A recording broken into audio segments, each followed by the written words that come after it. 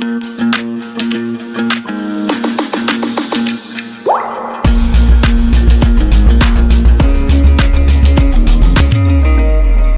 सर्कुलिज्म। सर्कुलिज्म नहीं है, सेक्युलरिज्म। ठीक है, चलिए now read the slide. Secularism in India refers to the equal status and treatment of all religions. ठीक है, हमारे सेक्युलरिज्म का मीनिंग क्या है? पहली बात तो हमारे जितने भी रिलीजन्स हैं उनको इक्वल ट्रीटमेंट में दिया जाएगा। ये नहीं आज मेजॉरिटी में हिंदू है तो हिंदू को कुछ स्पेशल प्रिविलेजेस दिए जा रहे हैं, नहीं, माइनॉरिटीज भी उतनी ही इंपॉर्टेंट है। Continue Chetan, one by one अब मैं आप सबको रीडिंग का ऑप्शन दूंगी। Secularism in India. Second, impartiality or non-interference by government of the country in matter religion. ठीक है, आप देखो यहाँ पे क्वेश्चन आपके कैसे फॉर्म हो रहे हैं। हमने देखा सेक्युलरिज्म में से पहले एक क्वेश्चन फॉर्म हुआ था, इसमें आपके किस तरह से क्वेश्चन आ सकता है? They can ask non interference by government in the matter of religion is known as. So this is the reason कि मैंने सेक्युलरिज्म की जितनी भी पॉसिबल डेफिनेशन हो सकती है वो सब इस स्लाइड्स में ऐड करी है, तो आप देखते जाइए, ज्यादा इसमें नोट्स बनाने की ज्यादा जरूरत नहीं है, बिकॉज सेक्युलरिज्म आपको पता है कि बेस पे सेक्युलरिज्म क्या है, बट अब वो किस तरह से क्वेश्चन ट्विस्ट करके पूछेंगे। So they can ask non interference by the government in the matters of religion is known as, so that is also secularism. ये स्पेलिंग मिस्टेक है, आई विल करेक्ट दिस। ठीक है, चलिए next Niti, you are going to read this. Yes, ma'am. Secularism in India. Third, one of India's guiding principles in impartiality in religious matters. ठीक है, अब again question आपसे पूछ सकते हैं, व्हाट इज नोन एज या which one is the guiding principles in impartiality in religious matter is known as? Again you have to go for secularism. Gajendra, please raise your hand. Gajendra, chaliye Gajendra, read this slide. Proclaimed in the amended preamble to the Constitution of our country. Now explain the slide. Am I audible? Yes, you are audible. Proclaimed in the amended preamble to the Constitution of our country. चलिए, now who can explain the slide? क्या बात हो रही है इसमें? If we ask or if we are talking about preamble, if we are talking about secularism, then what we are talking about? Yes, Ariana. Ma'am इसमें ये कह रहे हैं कॉन्स्टिट्यूशन में पहले सेक्युलरिज्म नहीं था, 42nd अमेंडमेंट के बाद आया 1976 में। ठीक है, सिंपल सी कि हमारे जो कॉन्स्टिट्यूशन में जो प्रीएम्बल उसमें ओरिजिनली सेक्युलरिज्म कहीं पे भी नहीं था, ये ऐड हुआ है बाय द 42nd अमेंडमेंट 1976। ठीक है, बाद में हमने ये सेक्युलरिज्म जो है वो ऐड किया। चलिए तो Umar, you are going to read this slide.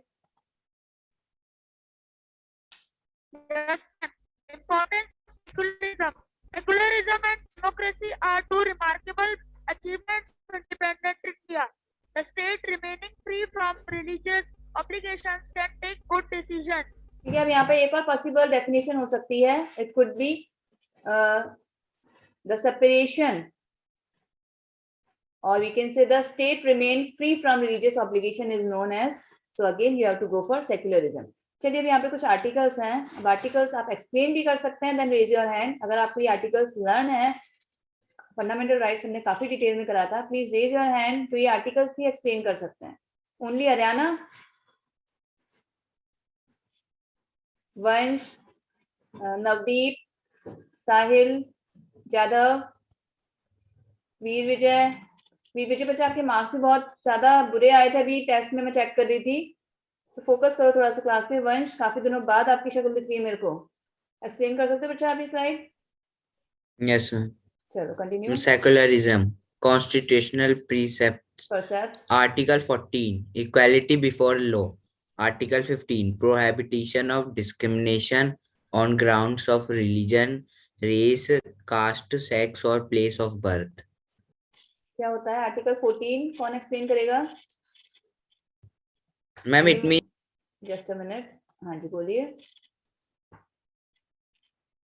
Ma'am it means everyone is equal before the law Yes. and they cannot be discriminated on their basis of their caste and religion. Yes, very good. ठीक है, हम सारे citizen of India हैं, so we all are equal. ऐसे नहीं आज state नीति को तो प्रोटेक्शन प्रोवाइड करवा रहा है लेकिन नवदीप को कोई प्रोटेक्शन प्रोवाइड नहीं करवाएगा, ठीक है।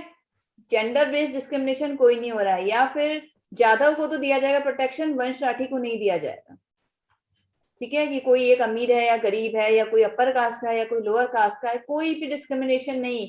या वेदांत का बर्थ कहीं और स्टेट में हुआ है, मेरा कहीं और हुआ है, तो वेदांत को प्रोटेक्शन देंगे जी, मुझे नहीं देंगे। So this should not done. तो यहाँ पे सेक्युलरिज्म के कुछ एक आर्टिकल्स जो हमारे इंडियन कॉन्स्टिट्यूशन में मेंशन्ड है उनको कंटिन्यू करते हैं। चलिए नाउ रेज योर हैंड जिनका टर्न नहीं आया, and the students who are interested in reading, raise your hand जिनका टर्न भी नहीं आया और जो इंटरेस्टेड भी है। चलिए किसलिए सावन से बात करते हैं। सावन रीड द स्लाइड बेटा। The provision relating to the right of freedom of religion of Articles 25 and 28 of the Constitution of India make India a secular state. Now open your notes, जिन्होंने notes बनाए हैं, open Article 25 and 28. Fundamental rights के notes open करिए. Explain me Article 25 and 28 immediately.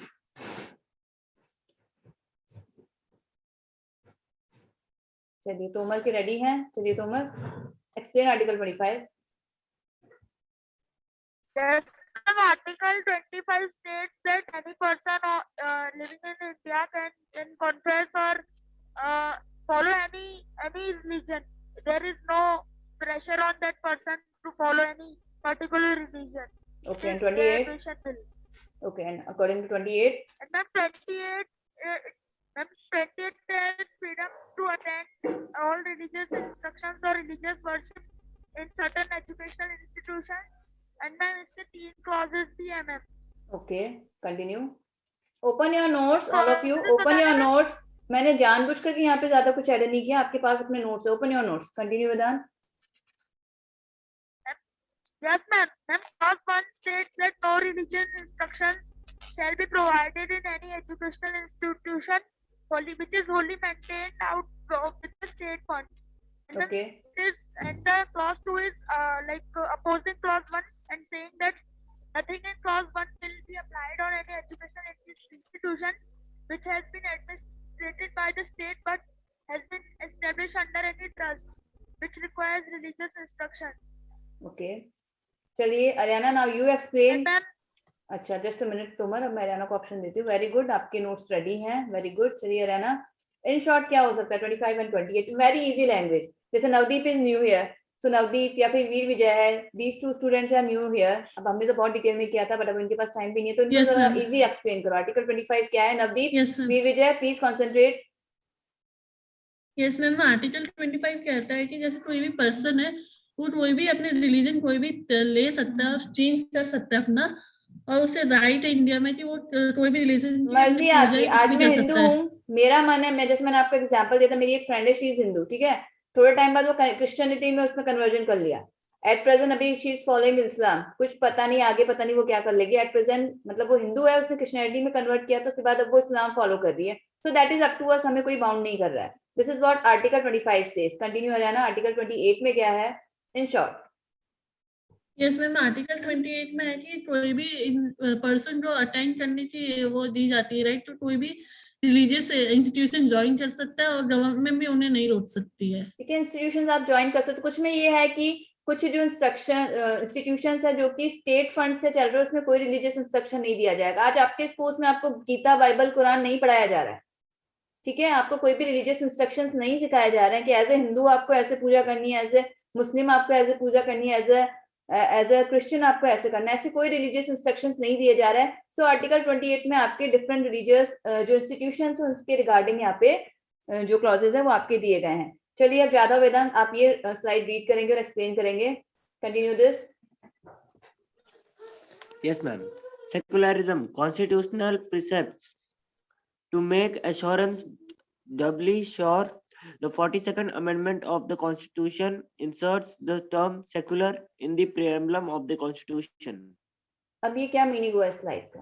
वैसे तो देखो, जब हमारा ओरिजिनल कॉन्स्टिट्यूशन आया था उसमें भी कुछ सेक्युलरिज्म जैसा कुछ नहीं था, बट तब भी हमने कोई नेशनल रिलीजन ऑप्ट नहीं किया था। जब हमारा कॉन्स्टिट्यूशन बनकर के आया है, लागू हुआ है 26 जन 1950, हमारे पास कोई नेशनल रिलीजन नहीं था, बट इस चीज को दोबारा एक बार और अश्योर करने के लिए ज्यादा वेदांत क्या किया हम लोगों ने? मैम इसको एक और बार इंश्योर करने के लिए उन्होंने 42nd अमेंडमेंट के तहत मैम सेकुलर वर्ड हमारे प्रियम्बल में ऐड कर दिया हमारे सेकुलर वर्ड। पहले तो पता ही था कि कोई नेशनल रिलीजन नहीं है, सबको इक्वल राइट्स है, इक्वल अपॉर्चुनिटी है, इक्वल रिस्पेक्ट है, बट अब उस चीज को श्योर करने के लिए नवदीप, वीर विजय, सावंत, आप लोग नए बच्चों आप लोग समझ लो कि इस चीज को श्योर करने के लिए कि सेक्युलर मतलब कोई धर्म का इंटरफेरेंस नहीं, आपको नवदीप जो करना है करो, जिस डाइटी को फॉलो करना है, जिस रिलीजन को फॉलो करना है, जैसे पूजा करनी है, नहीं भी करनी है, that is up to you, that is your individual decision, state की कोई बाउंडेशन नहीं है। कॉज जो कंट्रीज होती है लाइक पाकिस्तान जैसे कंट्रीज है, वहां पे बाउंडेशन होते हैं वो लोग। जब मुगल्स के टाइम में हिंदूज को भी जबरदस्ती कन्वर्जन किया गया था, ब्रिटिशर्स के टाइम पे क्रिश्चियनिटी में कन्वर्जन किया गया था, अब आज के टाइम में हम में से कोई किसी को पकड़ के, आज श्रद्धा को कोई पकड़ करके यहाँ पे कन्वर्जन नहीं करवा सकता, या नवदीप को कोई पकड़ के कन्वर्जन नहीं करवा सकता, ठीक है, that is up to them. बहुत बड़ी चीज है ये, ठीक है, हमें लगता है कि हमें मिल गया इजीली, बट नहीं, ये बहुत बड़ी चीज है कि वी आर फ्री, कि हम लोग कुछ भी कर सकते हैं। चलिए नेक्स्ट इज फॉर, किनका टर्न नहीं आ रहा है?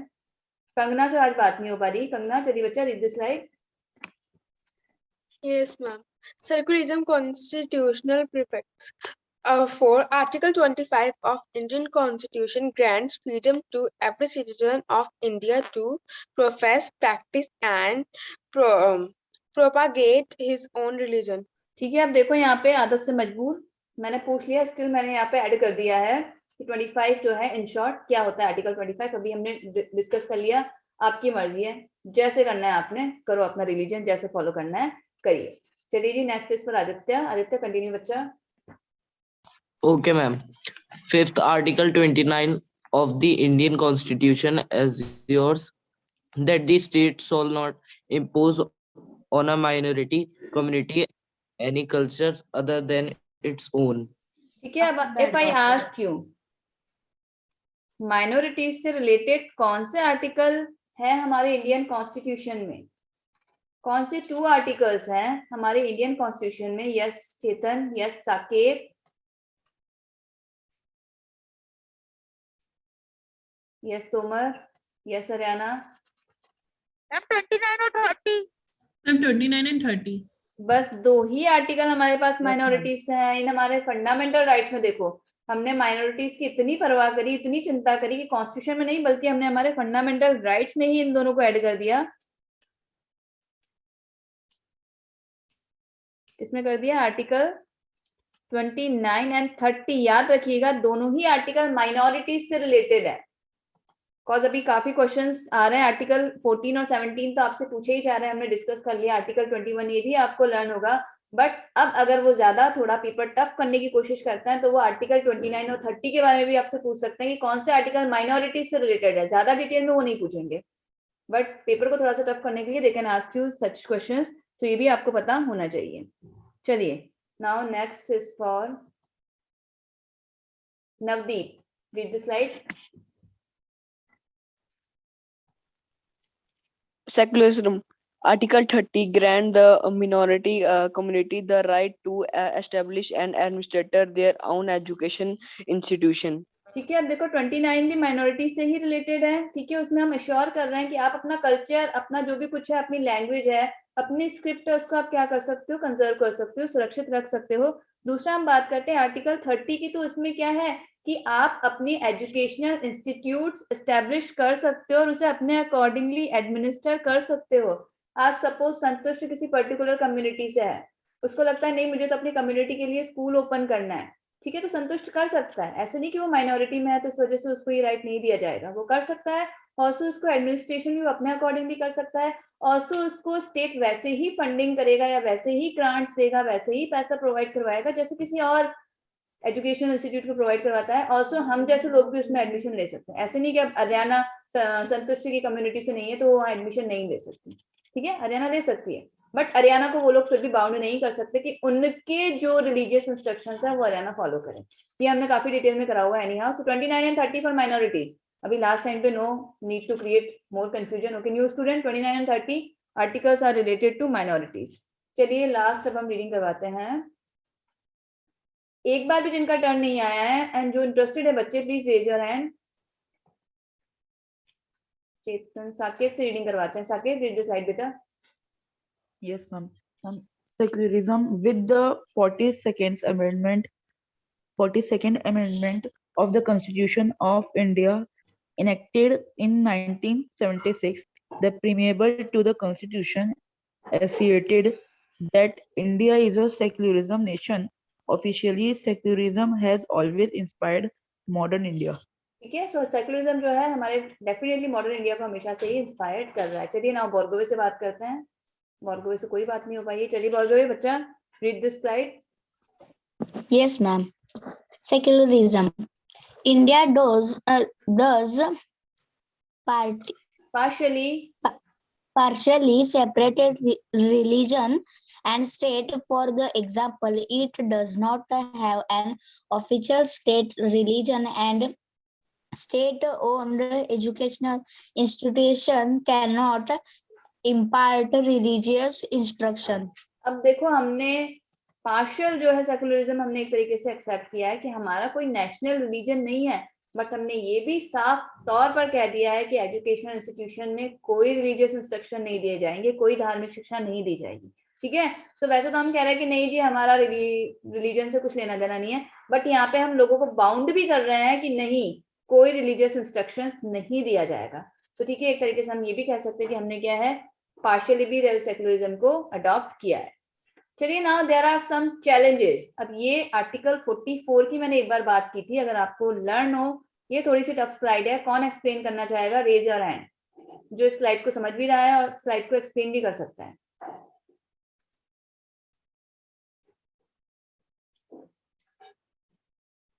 इसलिए सावंत, चलिए जी, read the slide and also explain. Article 44, Uniform Civil Code for the citizen, state that any attempt to introduce a uniform civil code that equal law for every citizen irrespective of his or her religion. Ma'am, इसका मतलब राज्य कोई भी civil code introduce कर सकता है हर प्रत्येक नागरिक के लिए, चाहे वो कोई भी कास्ट और रिलीजन का हो। Very good. चलिए आर्याना, आप अपनी लैंग्वेज में एक्सप्लेन करिए क्या है आर्टिकल 44। पहली चीज तो ये डीपीएसपी का है, directive principles of state policy. क्या होते हैं डीपीएसपी?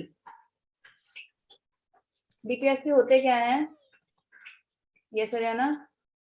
Yes ma'am. मैम, इस आर्टिकल में है कि यूनिफॉर्म सिविल कोड जो सिटीजन्स के लिए है, मैम स्टेट ये अटेम्प्ट करता है कि उन्हें यूनिफॉर्म सिविल कोड इंट्रोड्यूस कराना है और ऐसे लॉ बनाता है जो हर सिटीजन, और भले वो किसी भी कास्ट रिलीजन का हो, उससे वो रूल फॉलो करना होता है। ठीक है, अब देखो यहाँ पे एक चीज है, हमारे पास क्रिमिनल कोड तो सेम है आज। ठीक है, आज हरियाणा चाहे मर्डर करे, चाहे मैं मर्डर करूं, चाहे किसले करे, चाहे नीति करे, हमें आईपीसी और सीआरपीसी में क्या हो जाएगा, पनिशमेंट मिल जाएगा with the help of different acts. But अब यहाँ पे जो हमारा सिविल कोड है, अच्छा नीति आप एक्सप्लेन करोगे? चलो बताइए। मैम, आपने डीपीएसपी का मतलब पूछा, तो मैम उसका हुआ directive principle of for state policy. ठीक है, अब ये होते क्या है, दीज आर जस्ट गाइडलाइंस, ये कुछ बाउंडेशन नहीं कि स्टेट को ऐसा ही करना है। आज मैं एग्जांपल लूं कि पंजाब गवर्नमेंट के पास तो बहुत पैसा है, ठीक है, बट बिहार गवर्नमेंट के पास इतना नहीं है, तो पंजाब गवर्नमेंट अपने सोर्सेज के अकॉर्डिंग अपने स्टेट में जो लोग रह रहे हैं उनको फैसिलिटीज और सर्विसेज प्रोवाइड करवाएगा, और बिहार गवर्नमेंट अपने सोर्सेज के अकॉर्डिंग फैसिलिटीज प्रोवाइड करवाएगा। ठीक है, अब पहले ये जो आपका राइट टू एजुकेशन है ना, वो भी डीपीएसपी में था, आई थिंक आर्टिकल 45 में है वो। डीपीएसपी में आर्टिकल 45 में है कि हाँ राइट टू मतलब एजुकेशन प्रोवाइड करवानी चाहिए। ठीक है, पहले चाहिए वाली बात थी, बट अब उसको शिफ्ट कर दिया गया है in fundamental right under article 21A कि अब तो भाई 6 to 14 ईयर्स के बच्चों को free and compulsory education provide करवानी ही पड़ेगी। तो डीपीएसपी जो कि एक गाइडलाइन थी, एक सजेशन था, वो शिफ्ट हो गया in fundamental right and it has become an obligation now कि ये तो करना ही पड़ेगा। In that same way article 44 में सजेशन दिया जा रहा है कि एक यूनिफॉर्म सिविल कोड होना चाहिए। जैसे हमारे पास एक कॉमन क्रिमिनल कोड है कि अब किसी भी कास्ट का, किसी भी रिलीजन का कोई इंसान चोरी करता है, लूट करता है, डकैती करता है, मर्डर करता है, तो उसके लिए एक पनिशमेंट है। बट अब यहाँ पे हमारा जो सिविल कोड है वो सेम नहीं है। हिंदू के लिए शादी का अलग सिस्टम है, डाइवोर्स का अलग सिस्टम है। ठीक है, सो यहाँ पे अलग अलग। हाँ जी, कंटिन्यू। बोलो। मैम हम उसको इस लैंग्वेज में बोल सकते हैं, the states are endeavored to secure for citizens a uniform civil code throughout the territory of हाँ India. जी, लेकिन अभी तक ये हो नहीं पाया है, ठीक है। ये आर्टिकल अभी तक एक गाइडलाइन ही है, ये आर्टिकल अभी तक कंटिन्यू नहीं हो पाया है। देखो इन फ्यूचर में भी अब लाइक मुस्लिम्स कितनी मैरिजेस कर सकते हैं, ये आपका होमवर्क है, आप कल पता करके लाएंगे। मुस्लिम जो है वो, अब जैसे हिंदू तो एक ही मैरिज कर सकता है, एक वाइफ के रहते हुए हिंदू एक से ज्यादा मैरिज नहीं कर सकता। अगर वो दूसरी मैरिज करता है तो वो नल एंड वॉइड हो जाती है, ठीक है। बट आपका क्या हो सकता है, मुस्लिम्स में डिफरेंट है। तो अब चलो वेदांत इस स्लाइड को रीड करो और इस टॉपिक को खत्म करो, टाइम होने वाला है, फटाफट से रीडिंग करो। Yes, ma'am. Challenges. The applicable code of law is unequal and India's personal laws on matters such as marriage, divorce, inheritance, alimony varies with an individual's religion. Muslim Indians have Sharia-based Muslim personal law, while Hindu, Christian, and Sikh Indians live under common law. Secularism claim its respects minorities. ठीक है, हमारा सबका अलग अलग law है, ठीक है। Hindus का अलग है, मुस्लिम्स का अलग है, डिफरेंट डिफरेंट लॉ है। तो अभी यहाँ पे एक गाइडलाइन ये भी है, चैलेंज है ये हमारे लिए कि एक तरफ हम सेक्युलरिज्म की बात कर रहे हैं और एक तरफ हम हमारे क्या कर रहे हैं, इंडिविजुअल्स में क्या कर रहे हैं, डिस्क्रिमिनेशन कर रहे हैं। सो दिस इज अ चैलेंज, ये एक चैलेंज है कि अब हमने क्या करना है कि एक uniform civil code in future आना चाहिए। लेट्स सी कब तक आता है। यस वेदांत, आपने कुछ कहना है बेटा? इसी के साथ हमारा टॉपिक फिनिश होता है। नहीं आओ, बताइए। मैम ये डाउट रहता है मैम कि अगर आरटीई बोला जाए मैम तो राइट टू इक्वालिटी है या फिर ma'am right to education ma'am? मतलब आरटीई तो राइट टू एजुकेशन ही होगा। नहीं नहीं, राइट टू इक्वालिटी को आरटीई नहीं कहेंगे। आरटीई की बात है तो मींस क्लियर बात है, राइट टू एजुकेशन की ही बात हो रही है, ठीक है। अगर इक्वालिटी होगा तो क्लियर फुल इक्वालिटी। क्वेश्चन पूछा था मैम, अभी उस क्वेश्चन का आंसर अभी नहीं, इनको भी सर्च करने दो थोड़ी सी, ठीक है। थोड़ा सा सर्च करो, थोड़ी सी मेहनत करो। चलो फिर नेक्स्ट टॉपिक के साथ नेक्स्ट क्लास में मिलते हैं। I am going to end this meeting, ठीक है। Bye all of you, take care and see you in the next class.